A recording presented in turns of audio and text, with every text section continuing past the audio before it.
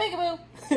So today I'm going to show you guys how to make Play-Doh at home. Ooh.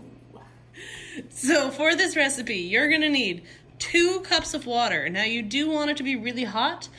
You can boil it, or you can possibly heat it up in a microwave. Just make sure you're safe, don't burn yourself. You need 2.5 cups of flour, 1/2 cup of salt, 1 tablespoon of cream of tartar. Now this is something that, I don't know about you guys, it's been in my spice cabinet forever. It rarely gets used. Most of the time we see this for frosting recipes, especially for gingerbread houses, because it makes things more sturdy. So cream of tartar. Then you can use 2 packages of unsweetened Kool-Aid. This will give you color and also make it smell really good. Or if you don't have it, just use food coloring. That's what I'm gonna do. Then you're also gonna need 3 tablespoons of vegetable oil. All right, let's get started. First thing I need to do is to measure out my flour. I need 2.5 cups.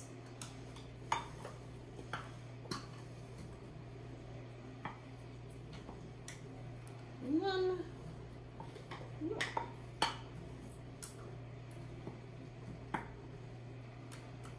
2. Ooh, gosh, that's messy. And 1/2.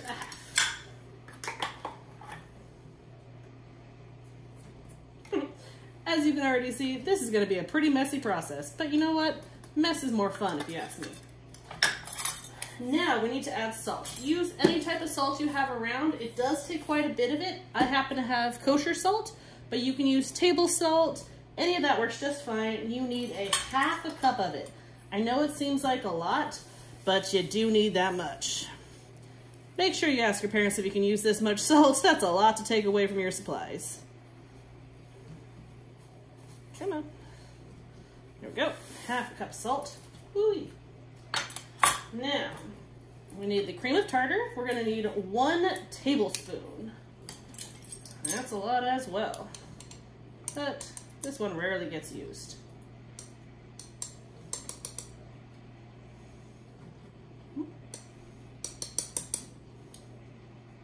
Come on. Gets used so little, it's kind of clumped up in the container. There we go. 1 tablespoon cream of tartar. Now we want to mix it together, making sure that it's all nicely combined. If you're going to use the Kool-Aid for your coloring, add the powder now. Now remember, this is just the packets, not the liquid. You're not drinking it, so there's no sugar, any of that. If you're gonna do food coloring like I am, you wait until the end. So we got our flour, salt, cream tartar mixed together. Last thing we gotta add before water is our vegetable oil. Canola oil, vegetable oil, any of that. We need 3 tablespoons of this. 1, 2, 3. Now you want to make sure this gets mixed in really well before you add the water. Stir, stir, stir. You might even, honestly, I'd suggest get your hands dirty, get in there, and crumble it apart with your hands to make sure that oil gets all over all the flour. I did warn you, this is going to be messy.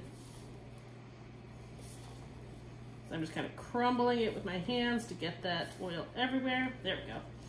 Now I go get my water.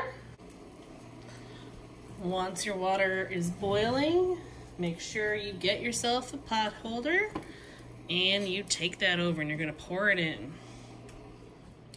Now remember, this is hot. Be careful with it. Use the spoon to stir. So I'm going to do kind of little bits at a time, stirring it around.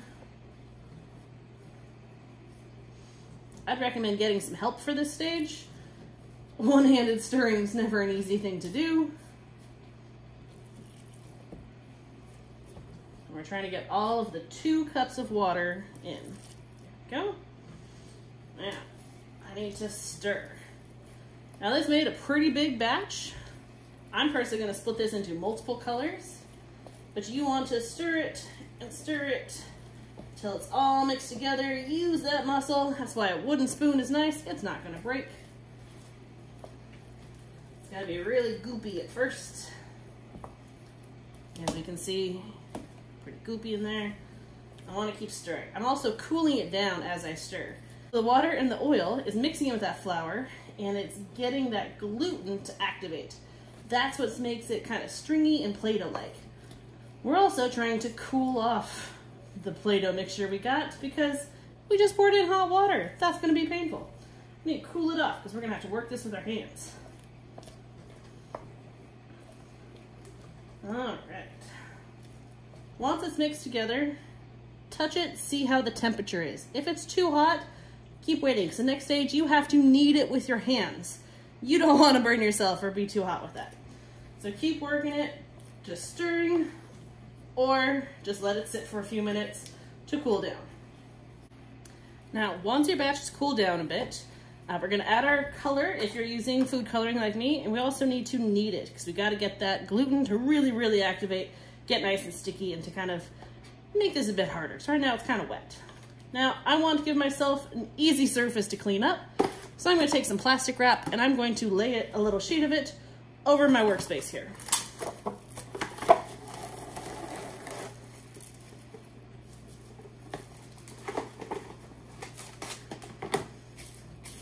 Could also use aluminum foil, anything. If you're using the food coloring like I am, it might stain a little bit, so let's not make your mom and dad angry. Put down something on top of the counter and make your life easier. So I know I want to have multiple colors. My pack comes with the primaries plus green, so I can mix this up myself. So I'm going to do a little bit at a time. So I'm going to take a nice glob. Ooh, wait. First thing I want to do is it's pretty sticky right now, so I'm going to take some extra flour and I'm going to sprinkle it all over my plastic. Mine is pretty extra sticky, so I'm going to put a little bit of extra flour down and give myself some for later. So I'm going to take a glob of my dough and plop it down on the flour. Now this part is about to be real messy. I think I'm going to make this one green.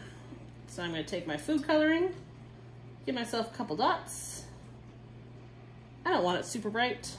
Go there. I'm going to kind of fold it on top of itself because that dye is going to be really potent right now, and I don't want to stain my clothes or my fingers. There we go. Now we just got to start mixing. Remember, if it's still really warm, give it some time. You don't want to burn yourself. So as you can see, the dough is really sticky right now. And we're slowly mixing that green in. Ooh. I'm also taking this extra flour that is on the plastic and I'm working that in because right now it's a little too sticky. I don't want it that sticky. So I'm taking some of this flour, mixing it in, and I'm starting to stiffen it up. There we go. Now once it's mixed in, check your color, see if you like it. That works for me. And you need to knead this dough for about 5 minutes or so. It takes a while. You need to really activate that gluten so that way it becomes like Play-Doh. So you can do it in the air, you can do it on the counter. It's gonna be sticky at first, so just use a little bit of flour at a time. See how I'm kind of hitting it against my flour to help it not be quite so sticky. I'm personally gonna do this more in the air, adding the flour as I need to. And I'm gonna knead this clay. The more we knead it, it's gonna start to form more into a Play-Doh and less into a sticky, goopy mess. Again, just little bits of flour at a time, don't overdo it.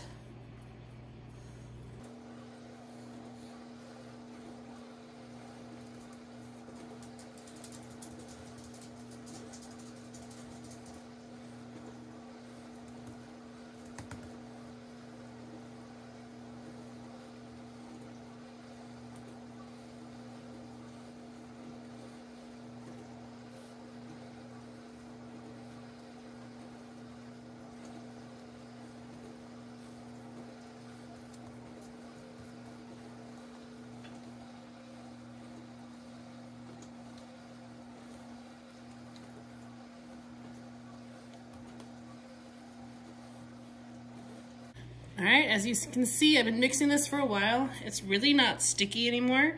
I've been adding just a little bit of flour in at a time and working it with my hands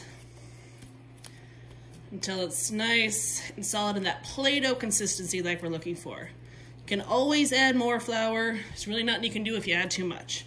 Start just little bits at a time.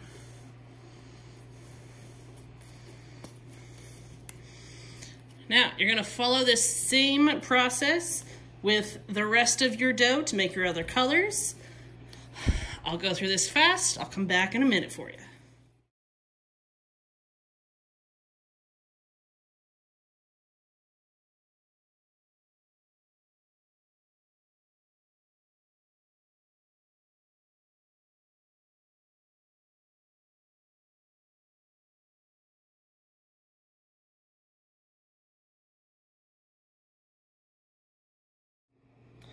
All right, so with that, I am done with all 4 colors.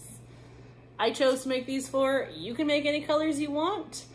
As you saw in the video, some of my Play-Doh was, oh gosh, easier to make than others. My blue was a lot stickier for some reason, but then my yellow went really fast.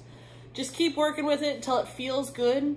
You want to have that nice Play-Doh consistency. I'm sure you could even mix the colors now to make something cool, maybe some tertiary colors.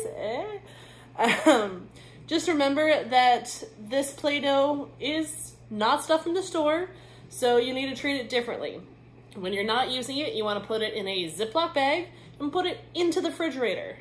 I know it sounds weird, but it's that flour in there acting with the oil and the water. Oh, you don't want it to grow something gross. I would say this Play-Doh could last for about a week or so. Probably wouldn't do much more past that. And to give you a time frame, all in all, for the entire thing, it took me about a half hour to make. If I had to guess, it would probably take students a bit longer. I was rushing through pretty fast to knead up these colors. So make sure, once you're all done, clean up with your mess before you play with your Play-Doh. I'd love to see what you guys make. Have fun, guys!